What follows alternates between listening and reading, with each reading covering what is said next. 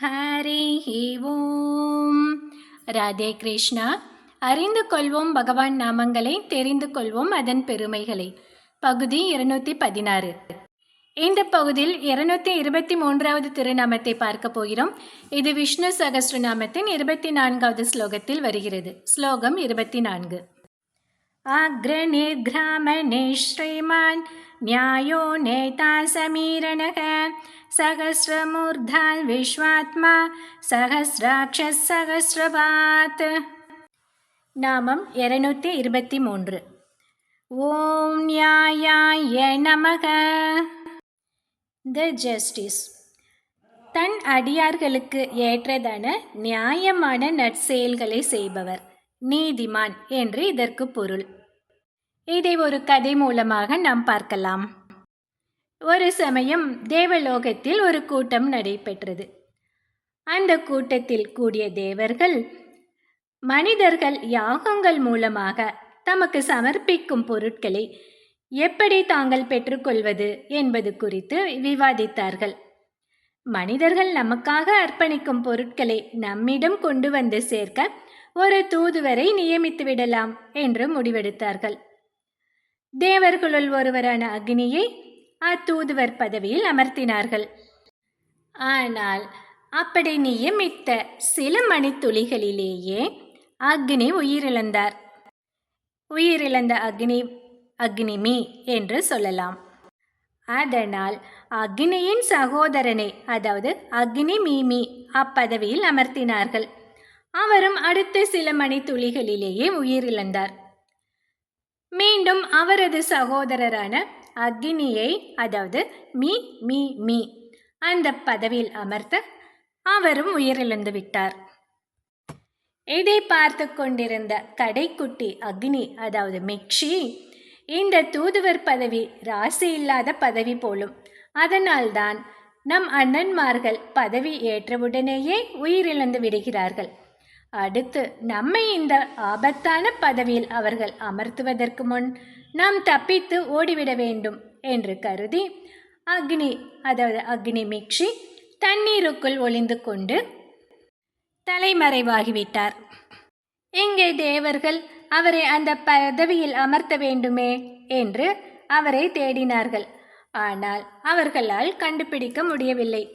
அப்போது தண்ணீருக்குள் இருந்து வெளியே புறப்பட்டு வந்த ஒரு மீன் தேவர்களிடம் அக்னி உள்ளே ஒளிந்து கொண்டிருப்பதை ஜாடையாக காட்டியது.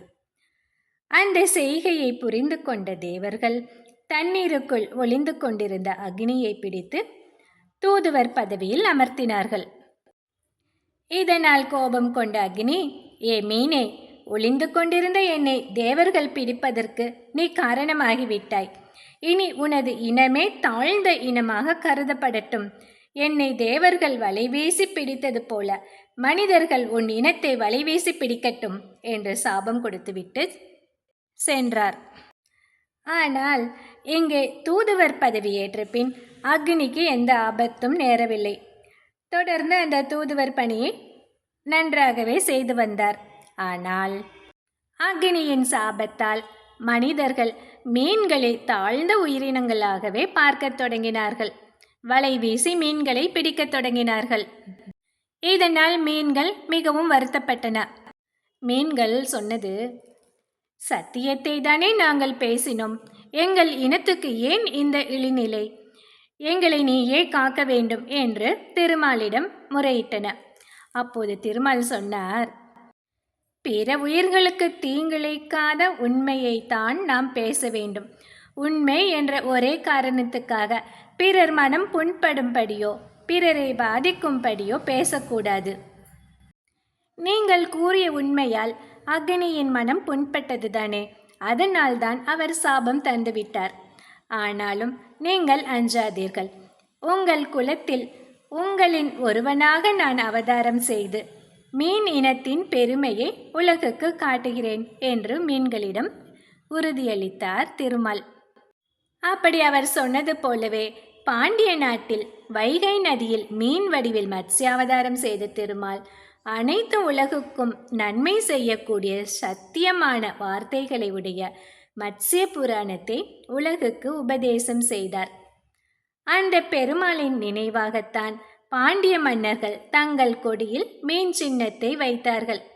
இலிப்பிறவிகளாக கருதப்பட்ட மீன்களுக்கு பாண்டிய தேசிய கொடியிலேயே இடம் கிடைக்கும்படி மத்ஸ்யாவதார பெருமாள் அருள் புரிந்தார்.